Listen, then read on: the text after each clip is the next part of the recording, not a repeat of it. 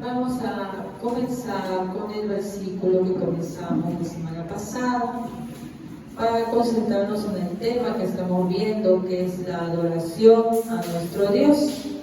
Buscamos en el Evangelio de Juan, capítulo 4, versículos 23 y 24. Juan 4, 23 y 24. Juan 4, 23 y 24. Si alguien la encuentra, lo lee. Amén. Mas la hora viene y ahora es, cuando los verdaderos adoradores adorarán al Padre en espíritu y en verdad, porque también el Padre tales adoradores busca que le adoren. Dios es espíritu, y los que le adoran en espíritu y en verdad es necesario que adoren. Amén. Gracias, hermana Cielo, ¿no? Acá Jesús encontrándose con esta mujer samaritana que le pregunta dónde se tiene que adorar a Dios, si en tal monte o en Jerusalén. Jesús le dice, ¿no?, que viene la hora y es en ese momento que ya no es tan importante pues el lugar, sino una oración de cosa verdadera, ¿verdad? ¿Y cómo es la oración verdadera? En espíritu y en verdad. Y la semana pasada vimos pues cómo iniciamos viendo cómo era una falsa adoración, ¿verdad? Vimos, si no me equivoco, 3 maneras de falsa adoración, ¿ya?, en las cuales muchas veces sin querer nosotros hemos incurrido por ignorancia, por soberbia, por rebeldía ante nuestro Dios, ¿no?, por muchas cosas, porque somos pecadores también, ¿no? Habíamos visto la primera, que era la idolatría. ¿Cómo podíamos nosotros, a pesar de ser cristianos, ser idólatras? No se necesita necesariamente de una imagen para que nuestra adoración a la idolatría, ¿verdad? Cuando adoramos a Dios a nuestra manera, como nosotros creemos y queremos que Él sea, muchas veces adoramos, ¿qué cosa? A un Dios que no es. Y eso es idolatría. Y dimos los ejemplos, ¿no?, de cómo en Éxodo el pueblo pensaba que estaba adorando a Dios. Eran ignorantes porque habían pasado pues 300 más cientos de años en Egipto y no sabían, muchas veces ignorancia, también falta de búsqueda de Dios, y hicieron un becerro, ¿no?, de oro, y dijeron, este nos sacó, ¿no?, como si lo hubiera sido el que hubiera hecho eso, como era simplemente un pedazo de metal. Eso es uno, ¿no? Luego vimos también cómo incluso comenzaron a adorar a esa serpiente que una vez hicieron, ¿verdad? Cómo ellos buscaban cualquier cosa para adorar, por lo general cosas visibles, ¿no? El hombre es así. Dice Jesús que se tiene que adorar a Dios en espíritu y en verdad, pero nuestra carne nos impulsa a adorar cosas que vemos, queremos verlas, ¿no? Y esto se ha visto durante miles de años cuando el hombre se ha hecho imágenes de todo tipo, pero no solo de esta manera, porque no solamente ha adorado imágenes o mitos, también ha adorado a otros hombres, ¿verdad? Ha adorado a otros hombres que creían, que los admiraban por su valor, valentía, porque eran jefes de algo, porque eran los reyes, qué sé yo, los sacerdotes, ¿no? También el hombre, finalmente, la idolatría más habitual se ve que se adoran a sí mismos, ¿verdad? A sí mismos tienen una imagen de Dios conforme a su propia imagen, ¿verdad? Si yo soy una persona que quiere hacer lo que quiera con su vida, pues por lo general voy a pensar en un Dios pusilánime, mediocre, que Él no hace nada más, ¿no?, que cumplir mis deseos y no me cuestiona y yo puedo hacer lo que yo quiero, porque Dios siempre me va a perdonar. Si yo soy una persona más bien rencorosa, tal vez llena de ira, de rencor, voy a tener para mí, ¿no?, un Dios que sea vengativo, ¿no?, que sea castigador, que no tenga nada de misericordia, ¿no? Esas son también formas de idolatría. También vimos que muchas veces caemos en el ritualismo, ¿no? Estamos hablando aquí de formas de adoración falsa que los cristianos incurren. No estamos hablando de gente que no conoce a Dios, porque la gente que no conoce a Dios adora a Dios. No lo intentan, no es para ellos ningún problema, para ellos no les gasta el tiempo, eso no les interesa. Entonces estamos hablando de cristianos que podemos incurrir, y todos hemos incurrido a veces en ese tipo de oración. El ritualismo tiene que ver con prácticas que creemos que agradan a Dios, pero en realidad son vacías y huecas. Habíamos visto algunos ejemplos de los fariseos, ¿no? Ellos no tenían la costumbre de lavarse las manos, no por limpieza, sino por rito.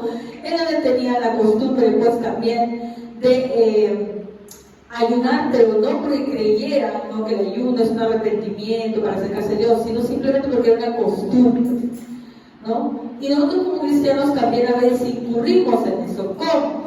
Cuando hacemos ciertas cosas, ¿no?, pensando que le agradan a Dios, pero solamente por cumplir. Cuando yo vengo a la iglesia, simplemente porque es una costumbre venir a la iglesia, pero estar en la iglesia no hace ningún cambio.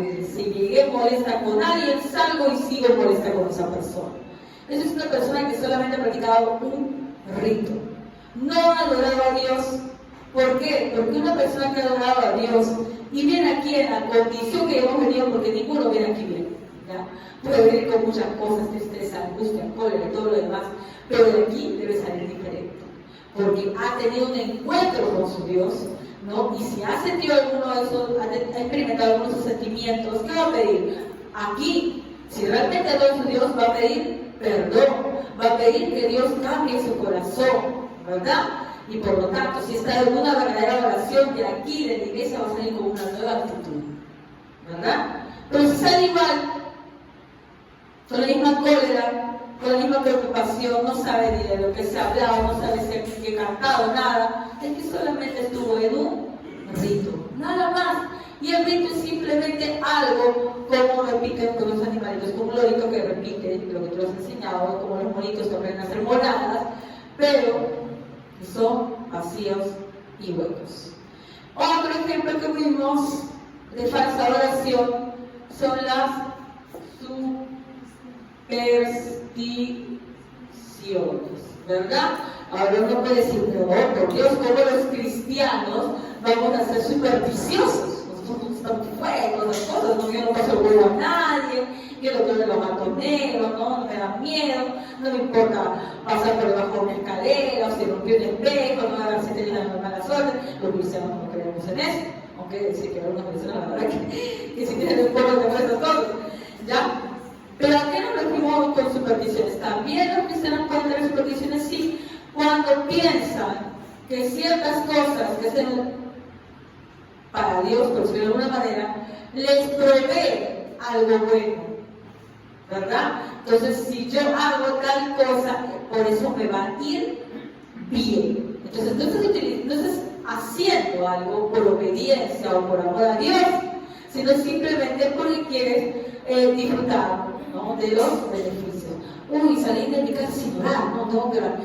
Y obviamente está bien que oremos, pero si es una oración simplemente porque pensamos que nos va a ir bien por eso es superstición. Si yo digo la sangre de Cristo tiene poder, ¿no? Y veo, ay, sí, la sangre de Cristo tiene poder.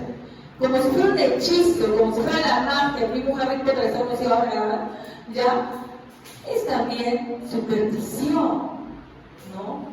Actuamos como gente inconversa porque utilizamos las cosas santas para decir que eso nos va a traer, qué sé yo, algo bueno.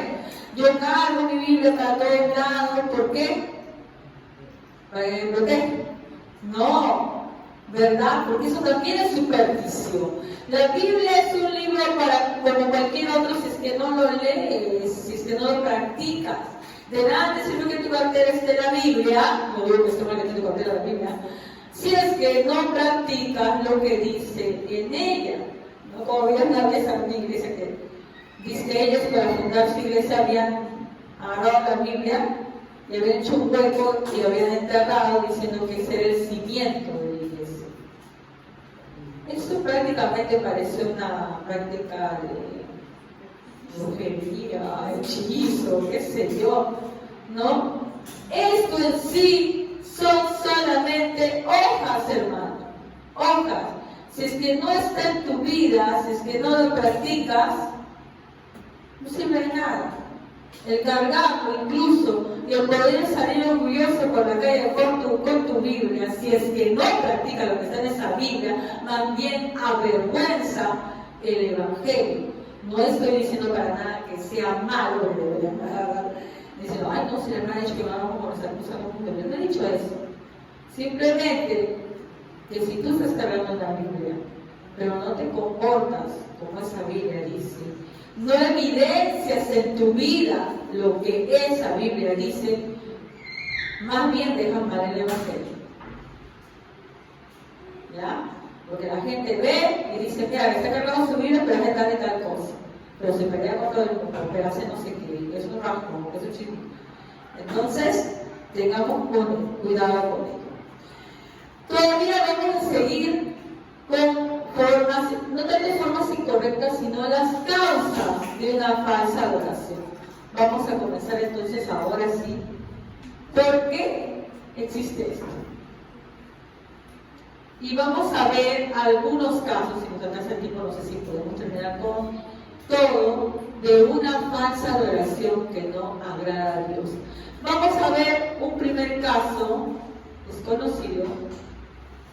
¿Quién? Caín. Vamos a Génesis 4, 5. Por favor, quien encuentre lo puede leer.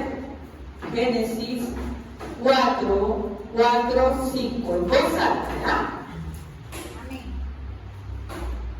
Abel también presentó al Señor lo mejor de su regalo, es decir, los primogénitos con su gracia. Y el Señor miró con agrado a Abel y a su ofrenda, pero no miró hacia Caín ni a su ofrenda. Por eso Caín se enfureció y andaba cabizbajo. Ok. Miren, lo que nos dice estos versos es que le agradó la ofrenda de quién? De Abel. Y no le gustó la ofrenda de Caín. ¿Ya? Pero no nos dice por qué. ¿Qué fue?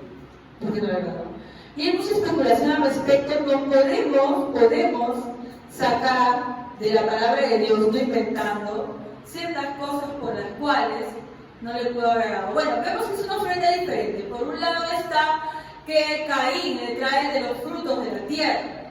Y por otro lado está Abel, que le trae pues un sacrificio, ¿no?, de un animal que es sacrificado, pues es muerto, ¿no? Y podríamos decir, bueno, por eso fue pues que una cosa le agradó y otra cosa no le agradó. Pero yo no estoy diciendo que eso sea la razón, simplemente es una evidencia. Tal vez vemos las cosas al revés. A veces nos concentramos, los cristianos siempre nos concentramos en las cosas al revés. ¿Ya? Es cierto, hay una diferencia entre la ofrenda de Caín, que son frutos de la tierra, comestibles, y otro que es un animalito que es sacrificado. ¿Ya? Pero no es por eso que Dios se agrada con uno y se desagrada con otro, porque en la Biblia misma también dice que Dios aceptaba ofrenda de panes. O sea que no era tanto de eso. Pero sí puede ser una evidencia, ¿ya?, de lo que había en su corazón. Si nosotros vamos a Hebreos, a ver si me equivoco. Sí, Hebreos 11:4, por favor, ¿quién lo puede leer? Sí, Hebreos 11:4 nos habla de la ofrenda de Abel. Amén. Por la fe, Abel ofreció a Dios un mejor sacrificio que Caín, por lo cual alcanzó el testimonio de que era justo, dando Dios testimonio de sus ofrendas. Por la fe, esta como todavía habla. Ya, porque dice cuál, acá nos añade algo, nos hace ver alguna diferencia entre Caín y Abel. La fe, ¿verdad? Bueno, acá nos dice que Abel tenía fe y suponemos que Caín no tenía fe, ¿verdad? Pero eso todavía resulta ambiguo. Ya, pues uno tenía fe, uno lo hizo con toda la intención de agradar a Dios y otro no, ¿verdad?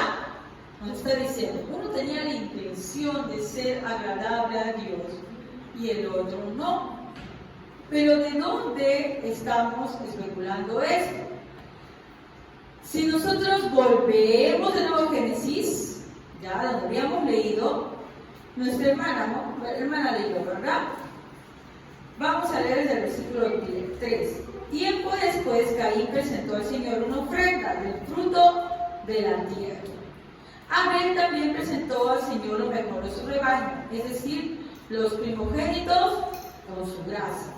Y el Señor miró con agrado a Abel y a su ofrenda, pero no miró hacia Caín ni a su ofrenda.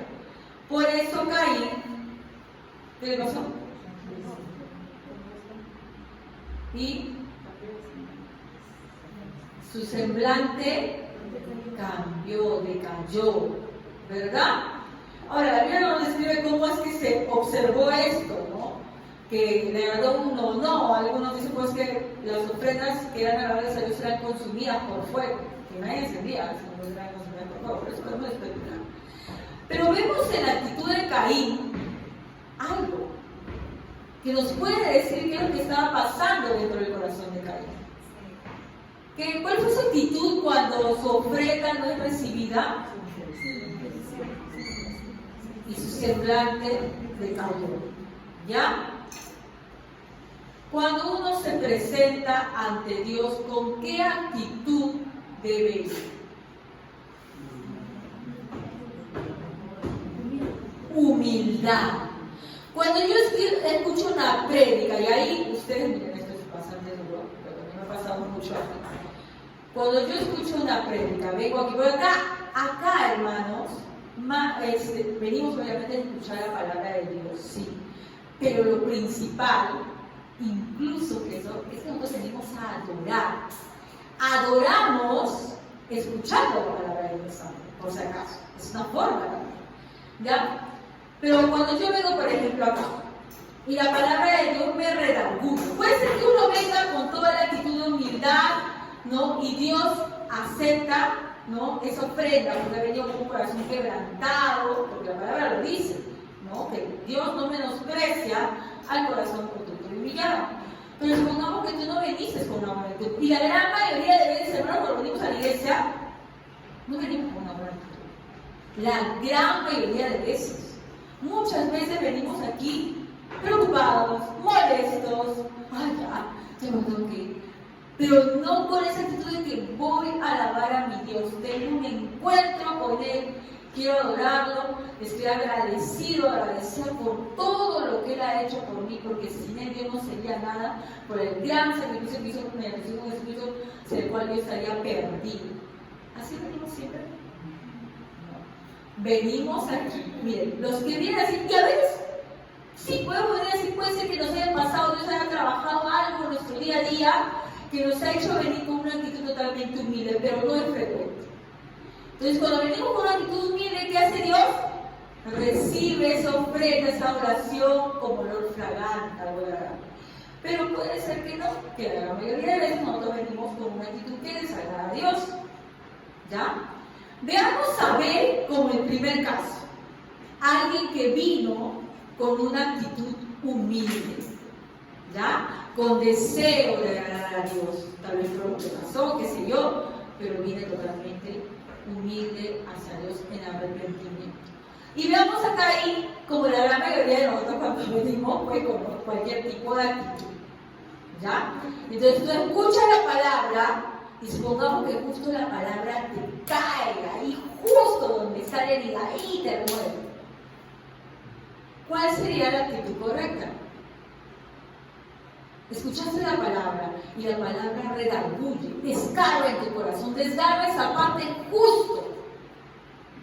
Tú, quién sabe, veniste molestísimo y la palabra te dice, ¿no?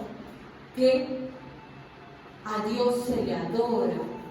Amor, que Dios ama, la adora alegre.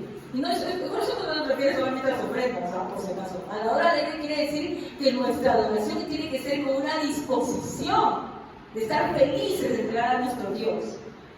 Supongo que justo la predicación se te cae. ¿Cuál sería la actitud correcta?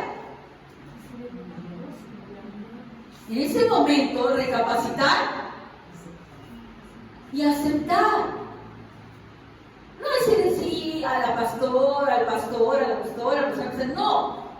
Tú ante Dios reconoces, sí, Dios mío, en oración ahí donde estás, he venido así, perdóname, cámbiame, redarbúyeme, llegué aquí así, qué vergüenza, Dios mío, tú tienes tanta misericordia que no me describes, que a pesar de todo tienes una paciencia increíble. Esa sería la actitud correcta. ¿Qué hizo Caín? Su rostro. Dios le llama la atención, no acepta su ofrenda y le llama la atención. ¿Ya? Con eso no estaba queriendo decir que lo había desechado. No, lo estaba llamando la atención y uno llama la atención para que alguien cambie. La actitud correcta de Caín, ¿cuál debió ser? Humillarse. Sí, Señor, no lo hice tal vez como tú querías. Yo no vine con la actitud correcta. Tú exiges un tipo de sacrificio porque, aunque no está aquí literalmente, cuando Adán y Eva son echados del huerto del Edén, Dios hace para ellos algo. ¿Se acuerdan qué cosa? Ropa. ¿Y de dónde saca la ropa? La teje de hierbitas. Mata animales, cosas que ellos no habían visto nunca. Ahí adentro del paraíso no había muerte de animales, no había muerte de nada. Pero se ve que el pecado que ellos cometieron, lamentablemente, trajo maldición sobre toda la tierra y también trajo una consecuencia que es la muerte, ¿no? Entonces, esta ofrenda que se le daba a Dios tenía que ser algo que significara un dolor, una pérdida. Y Abel lo había hecho de manera correcta. Caín no. Aún así, Caín no había sido desechado. Si bien es cierto su ofrenda había sido rechazada por no ser la adecuada, él no había sido desechado.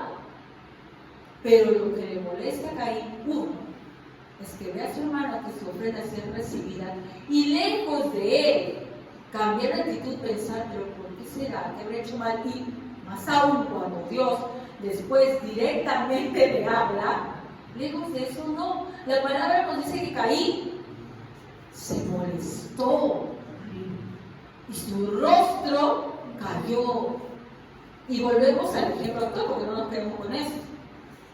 Si yo llego a la iglesia con una actitud incorrecta, yo vengo, como les dije, todos venimos muchas veces con esa actitud. A veces entramos acá molestos con algún hermano de la iglesia. Así venimos. O molestos con mi papá, mi mamá que dejé en la casa, o algún compañero de trabajo. ¿Sí o no? Fastidiado porque me explotan, qué sé yo. Así venimos haciendo. O tal vez incluso molesto porque tengo que ir a la iglesia porque estoy cansado, porque he estudiado mucho, qué sé yo.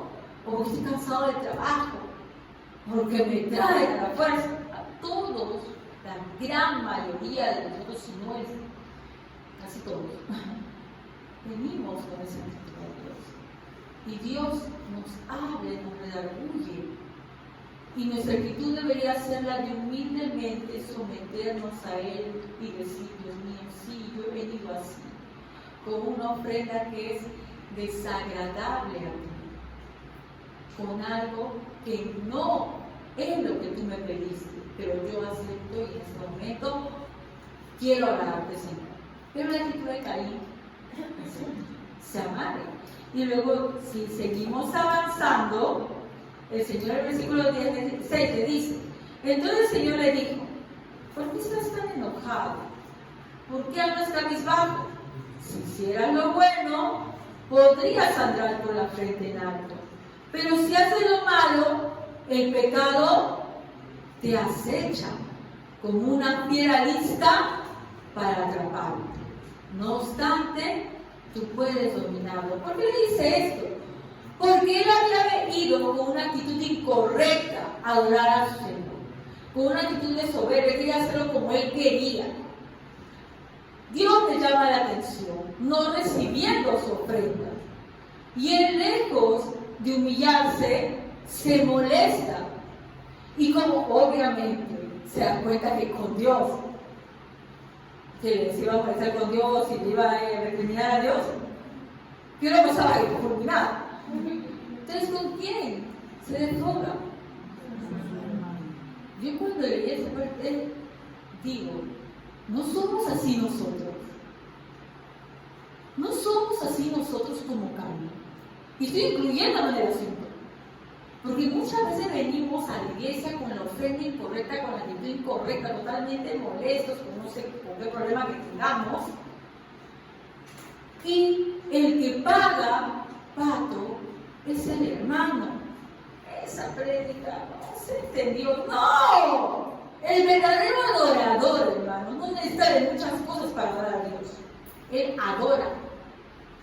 No dice que la prédica esté amenamente a su disposición como él lo había pensado. No necesita, pero justo cantaba esta hermanita que tiene una voz, Dios mío, que no tiene tono de nada. Me mató la voz. Yo quería orar, pero él me mató. Me mató la ganas de orar a Dios. ¿Sí o no? O justo cuando salí, la hermanita le puso una cara. O me salimos y no me recibió el saludo.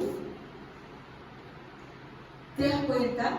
Estamos matando continuamente a nuestro hermano Abel. Porque como sabemos por nuestro corazón de nosotros, somos parte de Dios, sabemos que nuestra ofrenda no ha sido recibida por Dios. Lejos de redarguirse nuestro corazón y decir, qué mal, yo vine con una actitud incorrecta, yo vine de molesto, yo vine, qué sé yo, preocupado por otras cosas y por eso no pude disfrutar de ese momento con Dios. Lejos de eso, buscó el país. ¿Quién paga pato? Está el pastor, está la persona que salió a cantar, el hermanito que quizás estaba distraído y no te saludó. Cualquier cosa va a pagar por eso. Entonces, la primera causa de una falsa oración, no Caín por si acaso. ¿Qué es lo que le faltó a Caín? Una actitud de humildad. No tuvo humildad. Para tener una verdadera oración hacia Dios, tenemos que tener humildad. De saber que venimos aquí, la gran mayoría de veces, hermanos, porque si no todas las veces, es una actitud mala. No somos una ofrenda agradable a Dios y sin embargo Él tiene la paciencia de esperar que nosotros cambiemos la actitud. Entonces lo dice, vamos a buscar, hermanos, en Salmos 51, 17, por favor, que lo puede encontrar. Salmos 51, 17.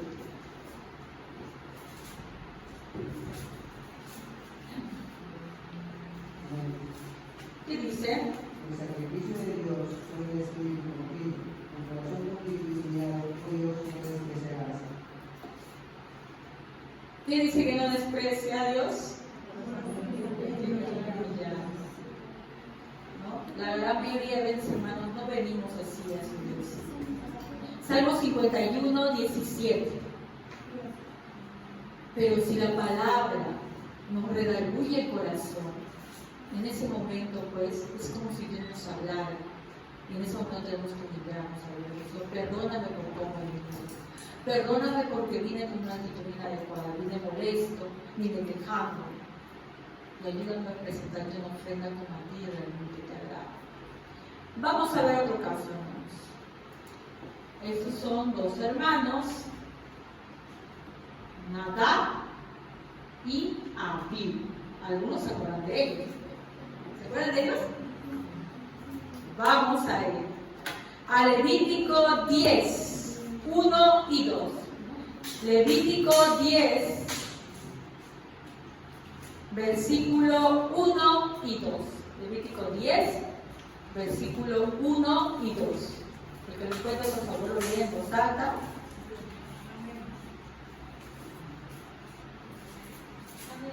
Nadab y Abiú, hijos de Aarón, pusieron carbones encendidos en cenizarios y encima les pusieron incienso.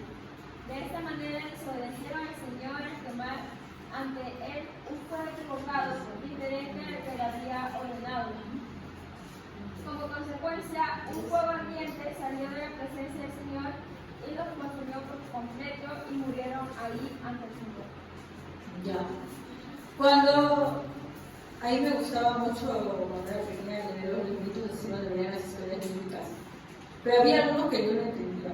ejemplo, esa era una de las historias que yo no entendía. O sea, ¿qué pasó? ¿Qué fuego está ahí? ¿Por qué los fulminó? A mí me parecía, ay, no, qué miedo, ¿no? ¿Por qué mata a Nadab y Abiú? Nadab y Abiú eran hijos de Aarón. Aarón era sacerdote, ¿no?, instituido por Dios.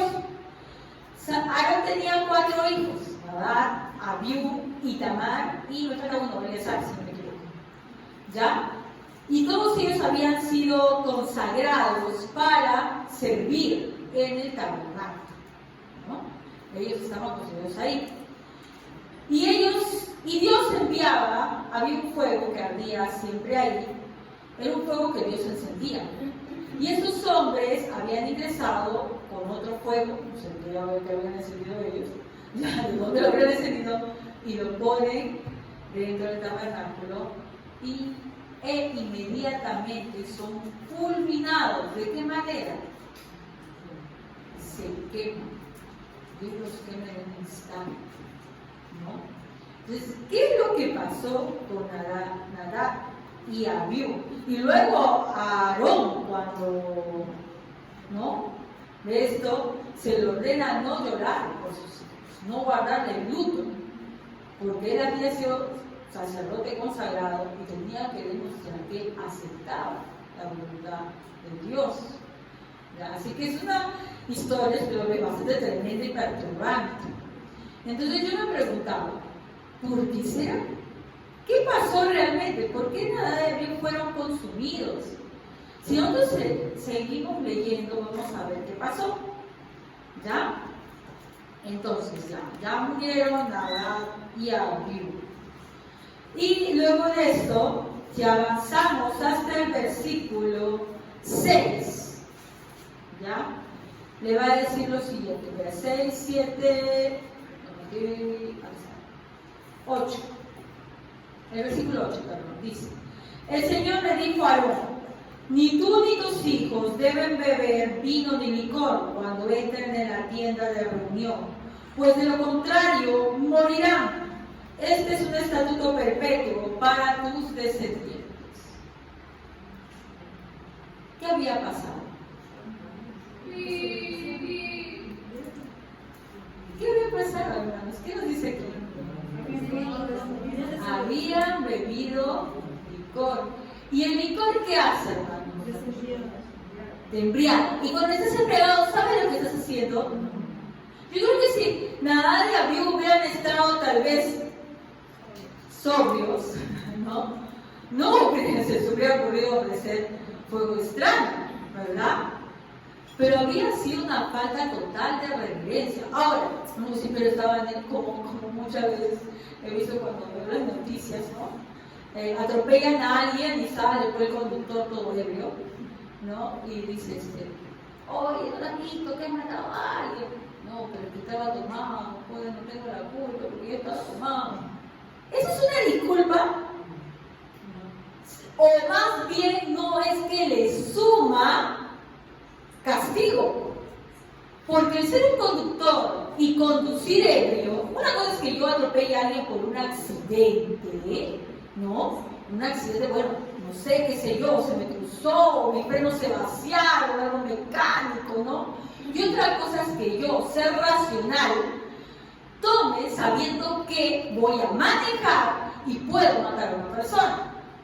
Entonces no es que sea una disculpa, más bien es un agravante. Estando ellos consagrados al sacerdocio, no los disculpa el que hayan ingresado ebrios. Ay, no, por eso estaban ebrios, no sabían lo que hacían. Sino todo lo contrario, es aún peor. ¿Por qué? No les había importado ese gran mérito que tenían ellos, ¿no? ese privilegio, perdón, no mérito, ¿vale? Privilegio, y habían tomado. En un momento, y no estaban totalmente, no digo que estaban cayéndose, pero no estarían totalmente conscientes, ¿no? Estaban en cierta medida embriagados, y habían ingresado de esa manera ahí, y habían ofrecido un fuego, porque como estaban obviamente en esos 5 sentidos, un fuego que no era agradable a Dios. Y Dios los fulmina, porque ellos siendo encargados tenían mayor responsabilidad, eran un mal ejemplo para el pueblo. Ahora, ¿qué tiene que ver eso con nosotros, hermano? Porque yo no he entrado borracho a la iglesia, que yo sepa, hermana, yo no he venido así que no creo que tenga que ver conmigo, ¿no? Pero hermanos, todo lo que está escrito en la Biblia tiene que ver con nosotros. Vamos a ver Efesios 5, vamos a Efesios 5, vamos a leer, del 15 al 18, por favor. Efesios 5, del 15 al 18. Amén. Tengan cuidado de cómo se comportan. Vivan como gente que piensa lo que hace y no como tontos. Aprovechen cada oportunidad que tengan de hacer el bien, porque estamos viviendo tiempos muy malos. No sean tontos, sino traten de averiguar qué es lo que Dios quiere que se haga. No se emborrachen, pues perderán el control de sus actos. Más bien permitan que sea el Espíritu Santo quien les llene y los controle. A ver, hermana, sigo pensando que usted piensa que lo vamos a aprovechar. Si leemos el asunto, más que la embriaguez, nos habla de algo que nos hace perder la embriaguez. ¿Qué cosa es? Dios exige de nosotros un culto racional, que sepamos lo que estamos haciendo. La versión de la hermana Katy lo dijo bastante bien, ¿no? Dice 15, cuando comenzó a leer, así que tengan cuidado de su manera de vivir. No vivan como necios, sino como sabios, aprovechando al máximo cada momento oportuno porque los días son malos. Por tanto, no sean insensatos, sino entiendan cuál es la voluntad del Señor. Cuando yo vengo a adorar a Dios, tengo que tener el deseo, no solamente de venir acá y cumplir, como adorar a Dios como a mí me parece, sino el de yo saber cómo debo adorar a Dios. Debo estar consagrado a investigar de qué manera es la forma en que a Dios le agrada que yo le adore. ¿Me entienden? Y eso es nuestro culto racional. Si yo lo hago como insensato, bueno, porque pues a Dios lo que salga del corazón, como yo quiera, Él me lo va a recibir. No es así, hermano. La palabra de Dios nos habla, ¿no? Y no estamos hablando de ritos sin sentido, muertos, no, sino de la reverencia que debe existir en la casa de Dios. Salir aquí, hermanos, no es cualquier cosa. A veces, cuando se les dice, hermanos, hay que venir de una manera apropiada, no es ante cualquiera que te estás presentando. Eso es lo que no entendemos. Pero si Dios ve los corazones. Sí, ve tu corazón que ni siquiera tienes el tino de querer agradarlo. No hay. Dice cuando uno viene a la iglesia, desde el principio, desde que sale de tu casa, todo lo que estás pensando tiene que ser con el propósito de agradar a Dios. Desde la actitud que tengo, ¿no? Desde lo que me pongo, desde las ganas, el esmero, todo es para reverenciar a nuestro Dios. Entonces nuestro culto debe ser racional. Dice que no andemos como necios, ¿no? Por tanto, en el 17, no sean insensatos, sino entiendan cuál es la voluntad del Señor. No se emborrachen con vino, que lleva el desenfreno. Al contrario, sean llenos del Espíritu Santo. Lo increíble es que ahora tú ves iglesias en donde parece que todos se hubieran emborrachado con vino. Porque están dando vueltas, revolcándose en el piso. He visto a algunos incluso ladrando como perros.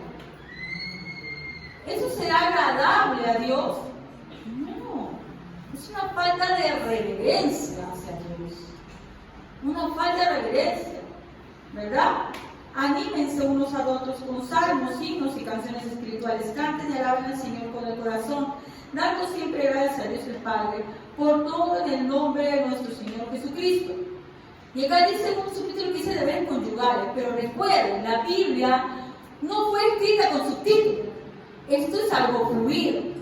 Y le acompaña este versículo a lo que dice: sométanse unos a otros por reverencia a Cristo.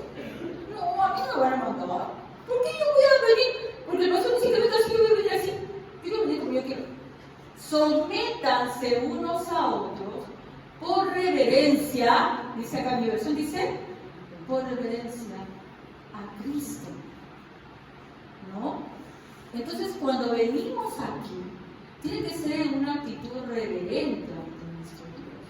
Si un hermano, con toda buena intención, y obviamente en el amor del Señor, ¿no?, me dice tal vez que yo tengo, qué sé yo, me estoy mirando mucho en el espejo, que bonita he venido el día de hoy, ¿no?, que si no, lo primero no, que si estoy así, sentado, tirado para acá, y me llama la atención con mi falta de reverencia. ¿Cuál debe ser mi actitud?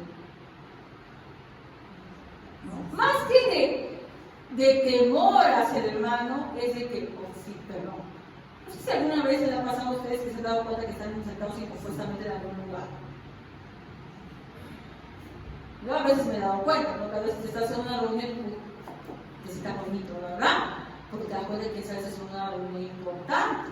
¿Alguna vez han ido, cuando yo era muy pequeña, iba a reuniones muy pocas veces?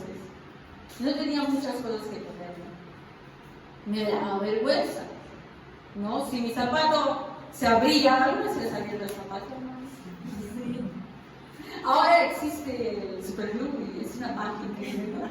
Porque siempre es bueno andar con el Superglue y pum, se pega y se soluciona el problema. Pero antes no había eso, pues, hermano. Si tus zapatos se abrían, tenías que ir al zapatero, te echaban de boca, al día siguiente te lo devolvían. Así que tus zapatos también estaban con los zapatos abiertos y eras la burla de todo el mundo. Y te daba vergüenza, ¿no? Porque tú querías estar correctamente presentado, ¿verdad? Esa actitud de vergüenza que a veces se tenía en esa época, es lo que deberíamos tener cuando venimos con una actitud inadecuada hacia Dios, ¿no? O cuando nos comportamos de manera inadecuada en la casa de Dios. Por ejemplo, si por ahí alguien, se le sale, qué sé yo, grita muy fuerte, hace la voz, y una vez dice, hermano, baje la voz, estamos en la casa de Dios. Mi actitud dice, no debe ser esa, sino había que cosas grandes, no me había dado cuenta, ¿no?, que había gritado, qué sé yo, ¿no? Si alguien te dice, mira hermano, cuando salgas al frente, ¿no?, ten una actitud correcta, qué sé yo, no sé que se puede cometer, hay muchos errores que todos hemos cometido. Nuestra actitud debe ser de gracias, porque yo quiero agradarle más a Dios. Por eso que dice acá, sométanse unos a otros por reverencia a Cristo. Que su culto sea racional. Bueno, y luego comienza a dar ejemplo de la esposa y la esposa. ¿Y cómo? Miren, cómo va, para que vean. Luego le habla que las esposas se deben someter a los niños. ¿Qué tiene que ver eso con otro? Porque hay un orden, hermanos. Hay un orden. Hasta en la iglesia también hay un orden. Y ese orden no es porque quiera a alguien que esté loco al frente, sino es por reverencia a Dios. Y cuando nosotros no tenemos conocimiento de la palabra, muchas veces nos fastidia. Ay, que tanto me dicen, ay, que yo hago lo que yo quiero, qué sé yo, porque no tenemos conocimiento de la palabra. Y la palabra de Dios nos dice que nosotros debemos más bien llenar ese conocimiento y buscar cómo puede agradarle más a Dios lo que yo hago. ¿De qué manera le puedo agradar más con mi oración? Si yo no sabes, salgo acá al frente, me he dado cuenta, pues que la pasaba bien cuando antes dirigía también, y ahora que tengo el privilegio de predicar, a veces siento que no he hecho bien las cosas. Me voy totalmente de lo que veo, ay no, terrible. ¿Y cuál es la actitud? ¿Solamente sentirnos mal? Bueno, la próxima, no, ahora sí, ¿no? Dios mío, no te agradé, lo que sientes, ¿no? Que no te agradé. Ahora con todo, no voy a ver, porque yo quiero agradar, ¿no? Yo no quiero ofenderte con mi adoración. Esa sería la actitud correcta. Pero no lo podemos hacer si no nos empapamos de la Escritura, si no sabemos qué es lo que le agrada, y si no estamos en nuestros cinco sentidos, como le pasaba pues a Nadab y a Abiú.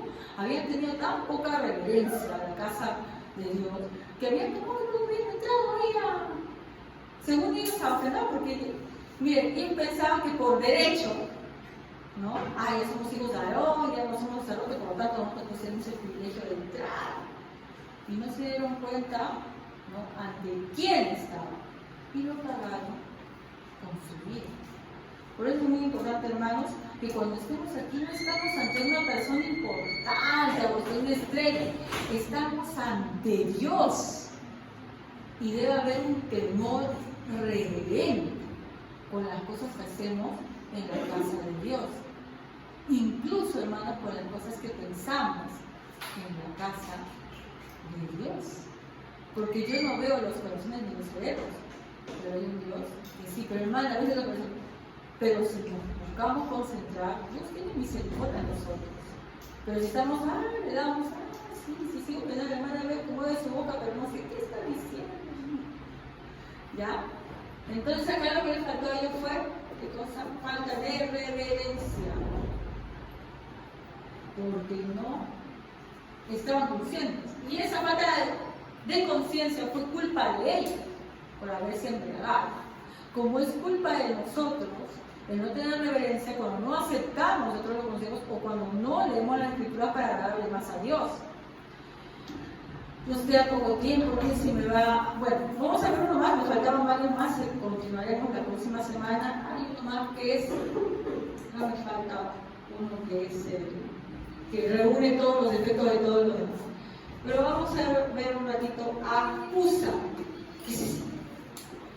Vamos a ver qué hizo Usa. Samuel 6:6.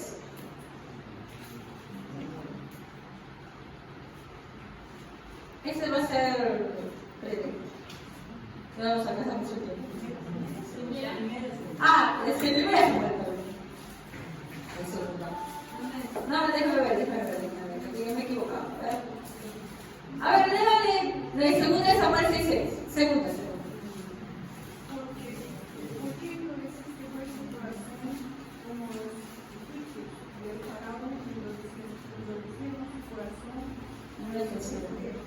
¿Ese es segunda de Samuel 6:6? No, segunda de Samuel, hermano. Amén. Cuando llegaron al campo de Goliat, de Nacón, los Nuyes, los cesaron, y Usa entendió la mano para sujetar el arca de Dios. Usa. ¿Y qué le pasó? 7, por favor, hermano. Entonces se encendió el enojo del Señor contra Usa. Y Dios lo hirió de muerte debido a lo que hizo. Así fue como Usa murió allí mismo junto al arca de Dios. Esta es otra de las historias que yo me quedaba pensando y decía, pues que, o sea, el arca de Dios estaba siendo transportada en un carro. Y Usa ve que el arca se va a caer. Y Usa, se va a caer. Y por la vara, quedó ahí, murió. Entonces yo decía, ¿qué? ¿Pero por qué? ¿Acaso no era Usa lo que estaba tratando de hacer? ¿No era algo bueno? Se iba a caer el arca. ¿Por qué lo fulmina a Dios en ese momento? Y David ve eso y se conmociona y le cae el arca. No, déjalo, eso no hace. Y lo dejan ahí, después hacer un segundo intento para llevarla, porque ahí se murió. Y es más, llamó a ese lugar Pérez Usa porque ahí murió Usa. Que dice que lo partió en dos. Bueno, hay que ver que ¿quién sería Usa? Usa era un coatita. ¿Qué es eso, hermano? Los coatitas eran una facción de los levitas. ¿Se acuerdan de qué se encargaban los levitas? Eran sacerdotes, ya. Pero no todos los levitas eran sacerdotes. Dentro de ellos estaban los coatitas que se encargaban de transportar, ya, las cosas del templo. Los sacerdotes, bueno, el tabernáculo, porque ellos no tenían pues un templo, era transportado de un lugar a otro, se guardaban las cosas. Los que guardaban las cosas eran los sacerdotes, porque los demás, los coatitas, no podían tocar nada. Lo guardaban los sacerdotes y luego llamaban a los coatitas para que lo llevaran, lo transportaran. Así que Usa era un coatita. Estaba encargado, era un responsable del transporte de las cosas sagradas de Dios. Pero hermano, eso no me responde nada. Porque, o sea, si era un coatita, él podía pues transportar. Pero no. El arca tenía una forma de construcción. El arca tenía anillos a los costados. Eso lo ven. Ahora vamos a leer, pero en Éxodo 25:14. El arca era como una caja así. ¿Ya? Y acá estaban los querubines. Bueno, no sé cómo se llaman los querubines acá. Bueno, acá mirando el aceite. Bueno, no sé cómo se llama acá. Y luego se ponía acá unos palitos. Y acá había unos anillos. ¿Cómo se transportaba el arca? Se cargaba el arca. Estaba prohibido que el arca fuera llevado en un carro. Ay, no, pesa mucho, vamos a llevarlo en el carro. No. Y en esa ocasión, ¿cómo estaba siendo transportada el arca? En un carro. No un carro como ahora, sino un carruaje cargado por bueyes. ¿Ya? Y no podía ser transportado así. Y los coatitas lo sabían. No es que ellos ignoraran eso. Ellos sabían cuál era el tradicional de bisabuelo, abuelo, a padre, a hijo. Era dicho de qué manera, era enseñado de qué manera tenían que ser transportadas las cosas de Dios. Había una forma correcta.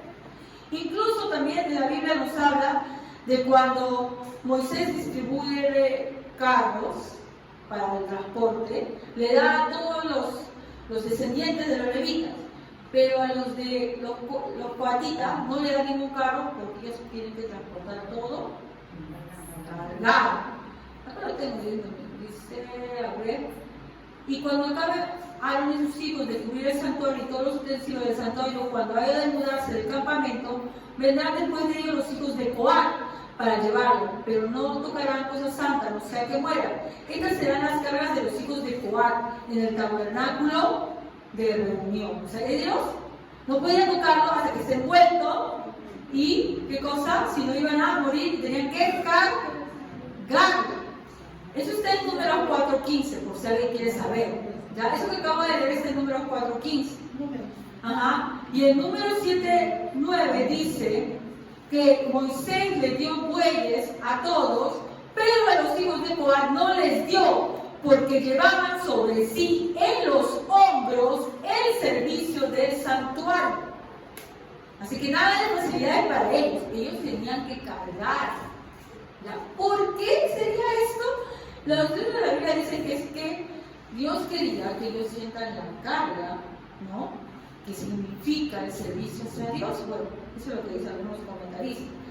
Pero la cuestión es que era fuera de lo que significara o no significara, o que los coatitas entendieran por qué tenían que cargarlo y no transportarlo en carro, era una orden de Dios. Una orden de Dios. Usa era un coatita, por lo tanto sabía que eso se transportaba de esa manera. Pero en ese momento no lo obedecieron. Y fuera de que David había sido el que había ordenado, ¿David qué era? ¿Era un levita? David era de la tribu de Judá. En ese momento él era rey. ¿Ya? ¿Sabía cómo tenía que transportar él?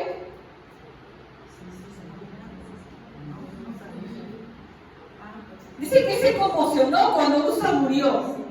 ¡Oh! Se quedó perplejo y lo dejó en el arca. Y luego hace un segundo transporte en donde ya lleva el arca de manera diferente. ¿Ya? Pero en ese momento él se conmocionó. No sé si él sabría algo o es que en ese momento no lo había pensado de esa manera, pero ya había muerto Usa. Acá lo que vemos es la desobediencia. Hay ciertas formas en las cuales Dios nos manda a adorarlo. Y no es que nosotros lo vamos a hacer como nosotros queremos. Dios se alegra de alguien que es obediente. ¿Acaso Dios se complace con muchos sacrificios, dice la palabra? Sino más bien que haya obediencia. ¿Ya? Y este hombre murió como ejemplo. Faltan más casos, pero es imposible porque el tiempo ya es muy poco, pero no los quiero dejar así porque cuando yo iba leyendo estas cosas y veía todas las maneras en las cuales Dios había sido drástico, ¿no?, con su pueblo, cuando se atrevía a desobedecer o ofrecer una adoración de manera inadecuada. Yo no sé ustedes, pero a mí sí me llena de temor. Porque cuántas veces nosotros venimos acá, hermanos, en condiciones que son vergonzosas. No tal vez condiciones exteriores, bueno, tal vez de manera exterior, pero muchas veces podemos venir muy bien por fuera, pero por dentro venimos con una actitud inadecuada, sin ganas, ¿no? O muchas veces rabiando, con cólera, o por qué me trajeron, qué sé yo. Y yo me preguntaba, Dios santo, ¿qué paciencia nos tienes? ¿Y cómo es posible que no terminemos como ellos? Entonces, viendo eso, me acordé de un versículo que hace poco citó nuestro hermano Javier, y también es una canción muy bonita que no hace tiempo no canta. Vamos a buscar Lamentaciones 3, 22, 23. En la versión Reina Valera, por favor, que es la que le dice mejor. Lamentaciones 3, 22, 23.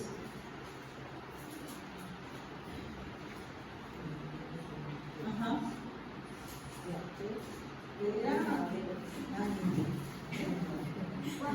Reina Valera. Lamentaciones 3, 22, 23. Por la misericordia de Jehová no hemos sido consumidos, porque nunca decayeron sus misericordias. Nuevas son cada mañana, grande es tu fidelidad. ¿Por qué no hemos sido destruidos, hermanos? Ese no sé, ese es un canto de oración que antes se cantaba bastante, que creo que se han ido olvidando, hermanos. Yo no sé si soy yo o y a mí por lo general los cantos antiguos que están basados justamente en la Biblia, como que escarban más en tu alma y en lo que tú tienes. Y me preguntaba, ¿cómo es posible que nosotros siendo a veces tan irreverentes, tan incluso blasfemos, Dios no nos haya destruido, ¿no? Y todavía nos mantenga en pie? Y la Biblia nos dice que es por la misericordia de Dios, ¿no?, que no hemos sido consumidos, que no nos destruye, hermanos. Pero no, pues, si alguien tiene misericordia de ti, ¿tú lo vas a provocar más? ¿O más bien humildemente vas a tratar de agradarte con él? ¿No? No retemos, ¿no?, la paciencia de nuestro Dios. Si venimos y nos damos cuenta que venimos con una actitud incorrecta a la casa del Señor, incluso en nuestra vida no tenemos una actitud correcta con nuestro Dios, pongamos, como dice, con temor y temblor, de verdad, porque no es ante un hombre, es ante Dios. Su misericordia es grande, pero así como su amor es grande, hermanos, Él también, si tú eres su hijo, te va a castigar. ¿Para qué? Te va a corregir. ¿Para qué? Para que no sigas así. ¿Entiendes? Para que no sigas así. No te corriges porque ni siquiera eres su hijo. Pero si tú eres su hijo, te va a corregir. Entonces tengamos mucho cuidado de cómo nos presentamos ante Dios. No es cualquier cosa. No es aquí venir por venir, o venir con una actitud inadecuada, o porque mi mamá, mi papá me obligan, o porque, qué sé yo, vine peleado con mi esposo, vine peleado con mi esposa, vine peleado con mi vecino. Hay que tener mucho cuidado cómo venimos a la casa del Señor. Dios es grande en misericordia, hermanos, pero no seamos, pues, como dicen, no provoquemos, dice también la palabra, ¿no? Como lo provocaron en el desierto los israelitas y perecieron, murieron, como hemos visto ahora algunos casos. Gracias a Dios en su infinita misericordia nos proporcionó algo. ¿Qué cosa es? Nuestro Señor Jesucristo.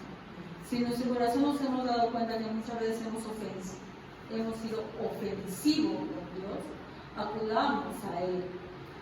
Pidamos por intermedio de nuestro Señor Jesucristo el reconciliarnos con Él. Dice la palabra que nosotros éramos enemigos de Dios. ¿Por qué? Por todas esas actitudes que tenemos, hermanos. Pero Dios ha puesto ¿a quién? A su Hijo para reconciliarnos con Él. Reconciliémonos con Él, hermanos, y no lo provoquemos. Vamos a poner de pie, hermanos, y vamos a orar.